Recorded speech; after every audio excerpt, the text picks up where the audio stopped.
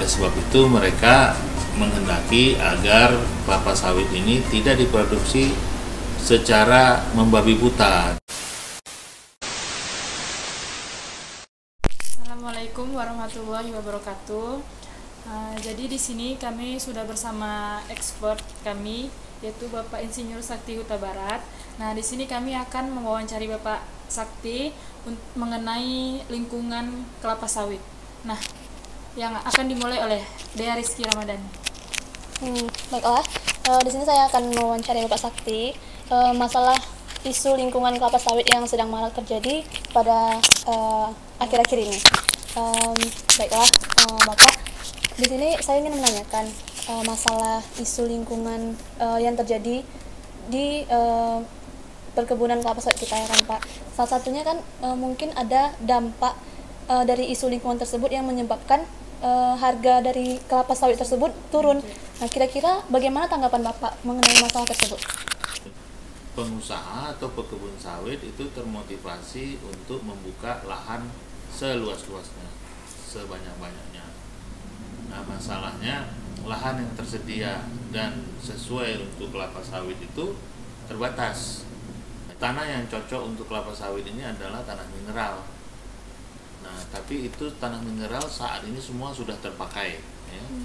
Jadi mereka pun merambah ke tanah-tanah non mineral seperti tanah gambut. Tidak itu saja, tapi mereka juga merambah ke hutan-hutan. Nah, itu yang menyebabkan selama 20 tahun terakhir ini kawasan hutan kita habis tergerus dengan kebun kelapa sawit. Nah, dampaknya apa? Hutan kita semakin berkurang. Nah, di dalam hutan itu sendiri kan terdapat banyak biodiversity, keragaman hayati. Nah, itu juga hilang karena habitatnya dipakai untuk kelapa sawit. Nah, di sini kita lihat terjadi deforestasi yang sangat pesat, ya. Inilah yang yang menjadi ancaman dunia dan yang dikhawatirkan oleh konsumen terutama di Eropa. Oleh sebab itu mereka menghendaki agar kelapa sawit ini tidak diproduksi secara membabi buta dengan menggunakan kawasan hutan. Nah, itu isu yang pertama yang menjadi isu penting di Eropa. Yang kedua, dalam membuka lahan itu pekebun atau perusahaan itu dilakukan dengan membakar. Nah, membakar ini kalau dia membuka lahan, membakar hutan, itu juga biodiversity-nya akan hilang. Tapi selain dampak itu ada juga dampak asap, misalnya. Nah, itu juga dikhawatirkan. Nah, jadi ini adalah dampak negatif kedua. Nah, kemudian sawit ini ketika dibuka itu di Indonesia ini sering terjadi konflik.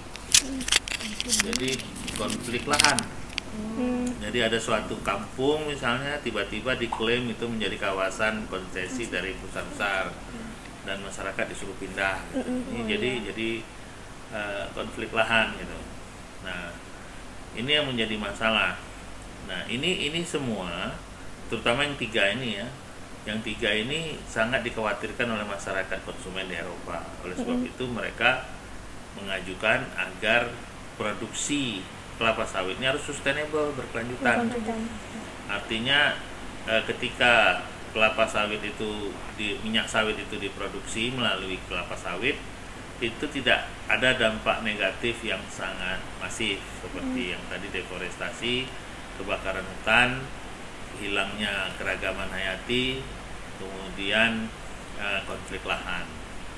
Nah, ini yang selama ini menjadi isu penting, di mana Eropa sebagai pasar yang penting bagi Indonesia itu tidak mau mengimpor minyak sawit apabila sawit itu diproduksi tidak secara sustainable. Nah, ini yang sekarang masih menjadi tantangan Indonesia. Tahun 2020 ini itu import minyak sawit ke Eropa itu harus yang sudah tersertifikasi sustainable. Sayangnya yang dipakai untuk standar itu adalah sertifikasi RSPO. Sementara Indonesia punya lagi yang namanya ISPO, ISPO. Nah, ini juga menjadi masalah karena baik RSPO maupun ISPO itu dia memiliki standar atau syarat yang sebagian besar sulit dipenuhi oleh pekebun atau perusahaan di kelapa sawit. Nah, sementara ini kita masih masih bisa mengekspor ke India dan ke Cina. Tapi kedepannya itu Cina dan India juga sudah berencana untuk hanya membeli produk minyak sawit yang tersertifikasi. Jadi perbedaan dari RSPO dan ISPO itu tadi dari pengolahannya itu tadi ya Pak? Kalau RSPO itu diorganisasikan oleh lembaga internasional, sementara ISPO oleh Indonesia. Nah, masalahnya kan RSPO itu didirikan tahun 2004 itu oleh berbagai negara, sehingga sertifikasi ini lebih diterima oleh banyak negara dibandingkan dengan ISPO yang didirikan oleh Indonesia sendiri gitu. Jadi Indonesia juga bertahan merasa ISPO itu penting, sementara yang membeli itu adalah mereka di negara-negara internasional yang menggunakan RSPO. Mulai tahun 2020 itu Eropa sudah menerapkan sertifikasi RSPO untuk minyak sawit yang masuk ke Eropa. Berarti Pak kalau untuk di Indonesia sendiri ini penerapan SPO itu udah berapa banyak? Kayak di perusahaan-perusahaan. Kalau RSPO itu untuk perusahaan itu baru sekitar 15%. 15%. Pekebun di Riau ini cuma 2 kelompok yang diukui namanya Asosiasi Amanah, kemudian di Kuansing namanya Asosiasi Mandiri, baru 2 itu. Berarti kalau standar RSPO-nya itu Pak, berarti menjelaskan dari pembukaannya gitu ya Pak? RSPO itu semua, jadi mulai dari organisasi petani atau organisasi perusahaannya, kemudian transparansinya, kemudian perhitungan ekonominya, finansialnya, kemudian budidayanya, kemudian semua termasuk masalah lingkungan seperti misalnya pemanfaatan pemanfaatan bahan-bahan kimia yang secara aman, kemudian memperhatikan tenaga kerja, ya. Berikutnya juga dia memperhatikan teknik untuk mengelola lingkungan.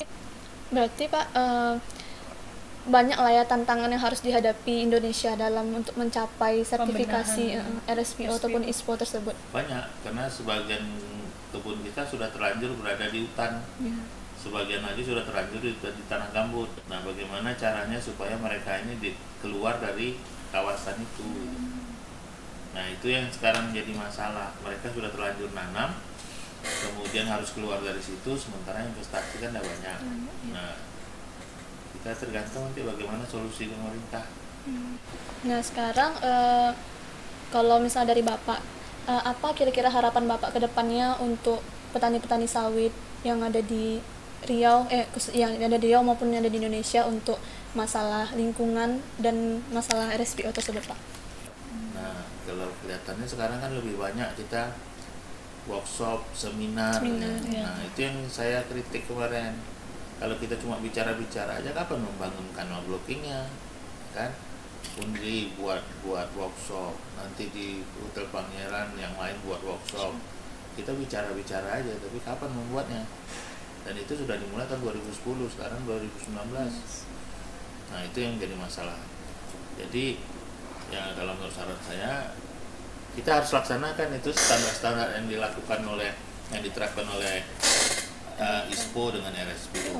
Suka atau tidak suka, mau atau tidak mau, itu bukan untuk bisa menjual sawit, tapi bisa untuk membuat hidup kita lebih nyaman.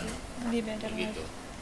Mungkin sekian dulu wawancara kita, karena sebenarnya masih banyak lagi hal yang harus dibicarakan, tapi mungkin waktunya terbatas.